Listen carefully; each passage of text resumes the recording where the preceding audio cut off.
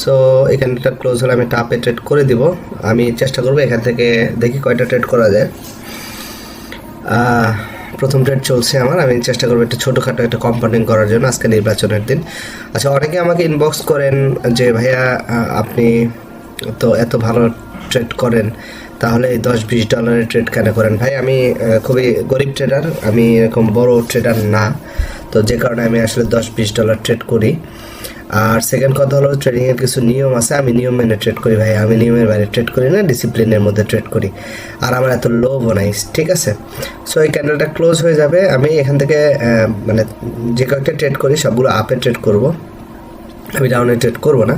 তো যেটা বলতেছিলাম যে ভাই আমি আসলে অনেক গরিব ট্রেডার, তো সো আমি ওই ডিসিপ্লিনের বাইরে ট্রেড করি না। আমার প্রতিদিনের একটা স্টপ লস থাকে এবং প্রতিদিনের একটা প্রফিট টার্গেট থাকে, ঠিক আছে? সো সেই অনুযায়ী আমি আসলে ট্রেড করি। আর সেকেন্ডলি হলো যে আমি যেহেতু ফরেক্সের উপরে মেইনলি জোর দিই, সো আমি যেখানে $10 প্রফিট করলে $10 স্টপ লস দিলে আমি যেখানে $20 ইনকাম করতে পারি, তো সেখানে আমার আসলে বাইনারিতে 1:1 রেশিওতে আপনার বেশি টাকা ইনভেস্ট করতে আসলে মন চায় না আর কি, বিকজ বাইনারি 1 মিনিটের ক্যান্ডেলে অনেক নয়েজ থাকে, ঠিক আছে? অনেক সময় মানে যে ট্রেড আমি শিওর উইন করব সেই ট্রেডটা আমার লস হয়ে যায় আর কি, ঠিক আছে? সো আমি আসলে বাইনারিতে এত বেশি আসলে ইনভেস্টমেন্ট করতে চাই না। আর সবচেয়ে বড় কথা হলো যে আমার এত বেশি লোভ নাই, বিকজ ট্রেডিং সম্পূর্ণ একটা সাইকোলজির জিনিস। আমি আমার লোভ যত কম রাখবো আমার ক্যাপিটালের চেয়ে, আমি তত ভালোই করবো আর কি। সো আমার এটা সেকেন্ড ট্রেড চলতেছে, সো দেখা যাক কি হয়।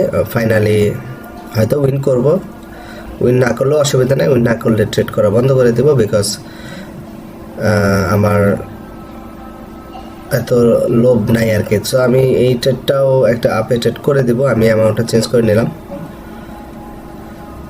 সো ট্রেডটা আর একটু নিশ্চয়ই নিতে পারতাম, বাট অবশ্যই ক্যান্ডেলটা এটার উপরেই ক্লোজ দেওয়ার কথা। দেখা যাক কি হয়।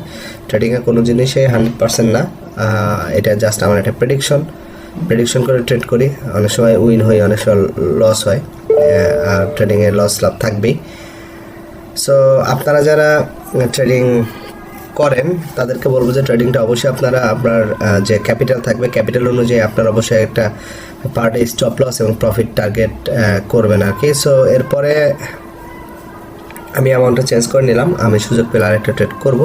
হোপফুলি আমি ট্রেডটা উইন করবো, মার্কেট নিচে আসতেছে, বাট এটা শেষ মুহূর্তে ওই বাম পাশে যে লেভেল আছে দেখেন, বলতে বলতে কিন্তু লেভেলটা ক্রস করে ফেলছে, মানে কালার চেঞ্জ লেভেল। এটা আমার প্রেডিকশন ছিল, আমি ট্রেড করেছি। আমি এখান থেকে একটা আপে ট্রেড করবো, বিকজ ডান পাশে দেখেন রাউন্ড নাম্বার আছে 700। অনেকেই আছে যারা রাউন্ড নাম্বারকে রেজিস্ট্যান্স ধরে ডাউনে ট্রেড করবে, তাদের জন্য বলতেছি যে মার্কেটে সব যে ডান পাশে বাম পাশে যে রাউন্ড নাম্বার আপনারা বলেন, এগুলা হুদাই একটা জিনিস, এগুলো মার্কেটের প্রাইজিং, ঠিক আছে? এগুলা মার্কেট কখনোই ধরেন ফলো করে না। আপনারা কেমনে কি এই স্ট্র্যাটেজি বানান আমি জানি না, এবং লাস্ট মুহূর্তে দেখবেন এই 700 যে আপনারা যে রাউন্ড নাম্বার বলেন যেখান থেকে এটাকে রিজেকশন নেওয়ার কথা, এটা কিন্তু আপ হয়ে যাবে এবং এর উপরে ক্লোজ করবে ক্যান্ডেল আর কি। সো মার্কেটের স্ট্রাকচার আছে, স্ট্রাকচার অনুযায়ী ট্রেড করতে হয়। সো আমি অ্যামাউন্টটা চেঞ্জ করে নিলাম, যদি আমি সুযোগ পাই পরে ট্রেড করবো, তবে আমার মনে হয় না পরে ট্রেডটা সুযোগ করব, কারণ মার্কেট অলরেডি অনেক কাহিনী শুরু করে দিছে আর কি। বাট এই ট্রেডটা অবশ্যই 700-র উপরে ক্লোজ করবে। এই ট্রেডটা ক্লোজ হলে আমি আর ট্রেড করব না, বিকজ মার্কেট এখান থেকে কাহিনী করছে। সো আমি আর ট্রেডটা করবো না। সবাই ভালো থাকবেন, হ্যাপি ট্রেডিং।